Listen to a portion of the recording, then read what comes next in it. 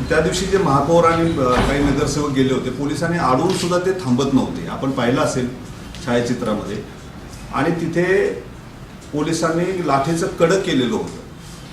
आणि कुठल्याही क्षणी माझ्या माहितीप्रमाणे जे मी फुटेज पाहिले आतापर्यंत, मला जे पत्रकारांच्याकडूनही मिळाले, काही TV चॅनलकडूनही फुटेज मिळाले, कुठे लाठीचार्ज महापौरावर केलेला नाही. परंतु दुर्दैवाने पेपरमध्ये पोलिसांनी महापौरांच्यावर लाठीचार्ज केला अशा प्रकारच्या बातम्या आल्यामुळे पोलिसांच्या विषयी विनाकारण गैरसमज समाजामध्ये पसरतो. महापौर हे या नगरीचे प्रथम नागरिक आहेत, त्यांचा सन्मान आहे.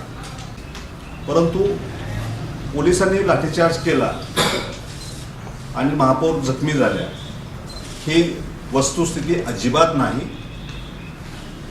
मी कालही राष्ट्रवादीचे एक माझ्याकडं शिष्टमंडळ आलेलो होतं, आर.के. पवार आणि त्यांचे काही नगरसेवक. महापौरांच्यावर लाठीचार्ज, एकट्या माणसावर कसा लाठीचार्ज होऊ शकतो?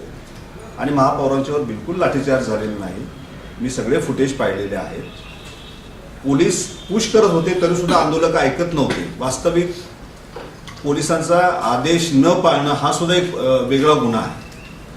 कायद्याचं पालन जर आपण एक नागरिक म्हणत असाल तर कायद्याला मान दिला पाहिजे, कायद्याचं पालन केलं पाहिजे, पोलिसांचे रास्त निर्देश पाळले पाहिजेत. आणि जर रास्त निर्देश जर पाळले जात नसतील, जर पोलीस कारवाई करत असतील, तर मला वाटतं पोलिसांचं कुठे चुकत नाही. प्रसंगी पोलिसांच्या निर्देश न पाळता जर पोलिसांच्या अंगावर येत असेल तर बळाचा सुद्धा वापर करावा लागतो गरजेप्रमाणे, हे लक्षात घेतलं पाहिजे.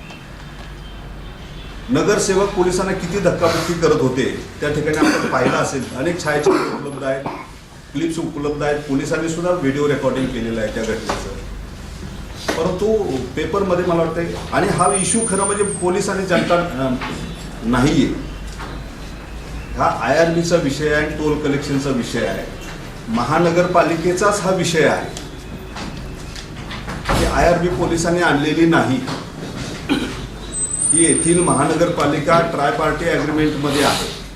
केवळ माननीय हायकोर्टाच्या आदेशामुळे आपल्याला पोलीस संरक्षण देणं बंधनकारक आहे पोलिसांना, आणि म्हणून पोलीस संरक्षण दिलेलं आहे. कायद्याची अंमलबजावणी करण्याची जबाबदारी पोलिसांची आहे. 6 तारखेला कोल्हापूर बंद टोल विरोधी कृती समिती आणि सर्व राजकीय पक्षांनी जाहीर केलेला होता, आणि त्याप्रमाणे कोल्हापूर बंद पाळण्यात आलेला होता. आणि त्याच्या अगोदर 5 तारखेला टोल सुरू झाला होता. या निमित्ताने महापौर आणि तिथले नगरसेवक असे सुमारे 50 लोक शिरोली टोल नाक्यावर गेलेले होते.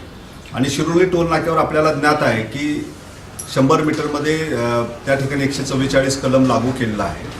याशिवाय जमावबंदीचा आदेशसुद्धा अस्तित्वात आहे.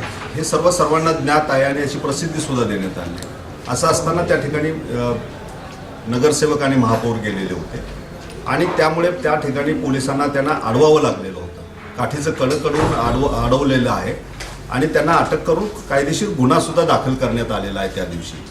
परंतु काही वर्तमानपत्रामध्ये महापौरावर पोलिसांनी लाठीचार्ज केला अशा प्रकारचं जे वृत्त आलेलं आहे ते मला वाटतं बरोबर नाही. आपण जर संपूर्ण फुटेज पाहिल्या तर पोलिसांनी त्या ठिकाणी लाठीचार्ज केलेला नाही. जरूर पोलिसांना योग्य बळाचा वापर करण्याची आवश्यकता भासल्यास वापर करतात, परंतु त्या दिवसाच्या प्रसंगामध्ये निश्चितपणे महापौरांना पोलिसांनी लाठीचार्ज केला म्हणून महापौर जखमी झाल्या अशा प्रकारचं जे वृत्त काही वर्तमानपत्रामध्ये आले ते मला वाटतं विसंगत आहे असं मला वाटतं. सर्व फुटेज वर्तमान TV चॅनलचे उपलब्ध आहेत. पोलिसांनी सुद्धा त्याचं रेकॉर्डिंग करून घेतलेलं आहे पूर्ण. आणि त्या ठिकाणी नगरसेवक महापौर यांनी पोलिसांच्या अंगावर ढकलाढकली केलेली हे स्पष्ट दिसतं. कदाचित त्यांना त्यामध्ये त्यांच्या ढकलाढकलीमध्ये लागला असण्याची शक्यता नाकारता येत नाही, परंतु निश्चितपणे पोलिसांनी लाठीचार्ज केलेला नाही. आणि महापौर हे जबाबदार आणि या शहराचे प्रथम नागरिक आहेत, त्यांना अशी पोलीस कदापि वागणूक देणार नाही. परंतु कायद्याचं पालन करण्याची जबाबदारी ही प्रत्येक नागरिकाची आहे.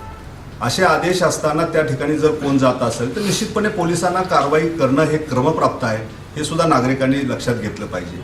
IRB हा खरं तर पोलिसांचा अजिबात विषय नाही. IRB हा महानगरपालिकेचा विषय आहे. महानगरपालिकेच्या पुढाकारातून हे IRB इथे आलेले आहे. आणि ट्राय पार्टी ॲग्रीमेंटनुसार टोल वसुली झाली आणि हायकोर्टाने स्पष्ट आदेश दिल्यानुसार ही टोल वसुलीला पोलिसांनी संरक्षण दिलेलं आहे. वास्तविक पोलिसांना दैनंदिन कामामध्ये सुद्धा खूप कमतरता पोलिसांची भासत असते, तरीसुद्धा हे संरक्षण आपल्याला कायद्यामुळे द्यावं लागलेलं आहे. हे सुद्धा नागरिकांनी लक्षात घेतलं पाहिजे. लोकशाहीमध्ये आंदोलन करणं हा लोकशाहीचा गाभा आहे, म्हणजे आंदोलन करू शकतात, परंतु आंदोलन करत असताना कुठे कायद्याची पायमल्ली होणार नाही हे सुद्धा नागरिकांनी लक्षात घेतलं पाहिजे. पोलीस आणि जनता याच्यामध्ये विसंवाद होऊ नये हे खूप महत्त्वाचं आहे, कारण पोलीस ही यंत्रणा लोकांच्यासाठी तयार केलेली आहे.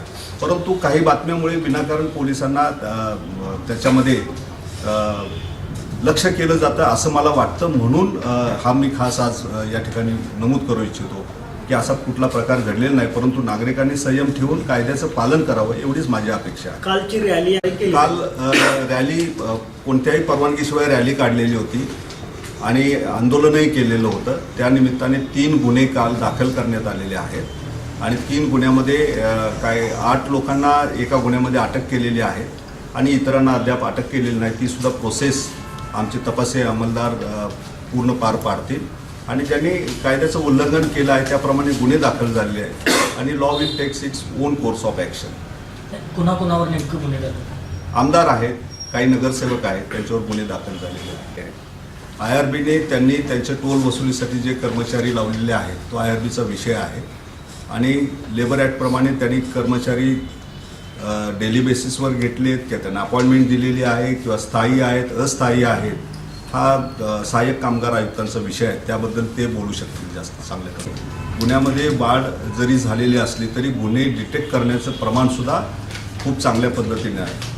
जे डबल मर्डर असेल किंवा इचलकरंजी या ठिकाणी खंडणीचा गुन्हा आणि त्याचा मर्डर अशा प्रकारचा गुन्हे दोन्ही घडलेल्या गुन्ह्यामध्ये 24 तासाच्या आत पोलिसांनी सर्व आरोपींना अटक केलेली आहे.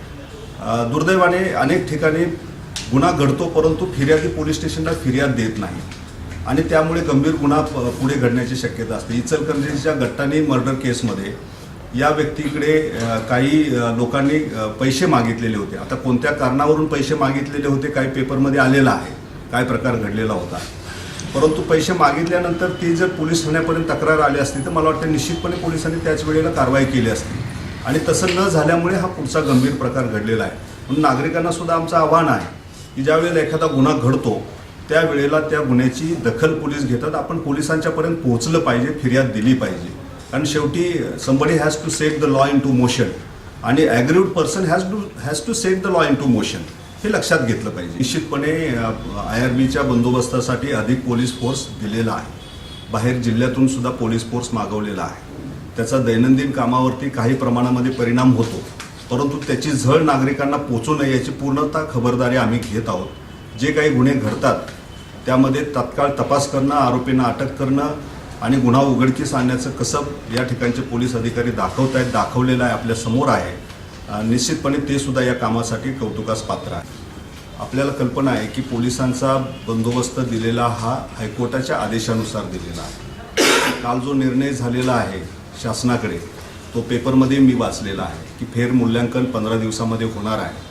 मला वाटते त्याच्यामध्ये ही काही त्याच्यातून मार्ग निघण्याची पॉझिटिव्ह स्टेप आहे आणि निश्चितपणे त्याच्यातून पुढे काहीतरी चांगलं निष्पन्न होईल जे नागरिकांना दिलासा देणारं असेल आणि पोलिसांना सुद्धा या जबाबदारीतून मुक्तता मिळेल अशी मला आशा आहे.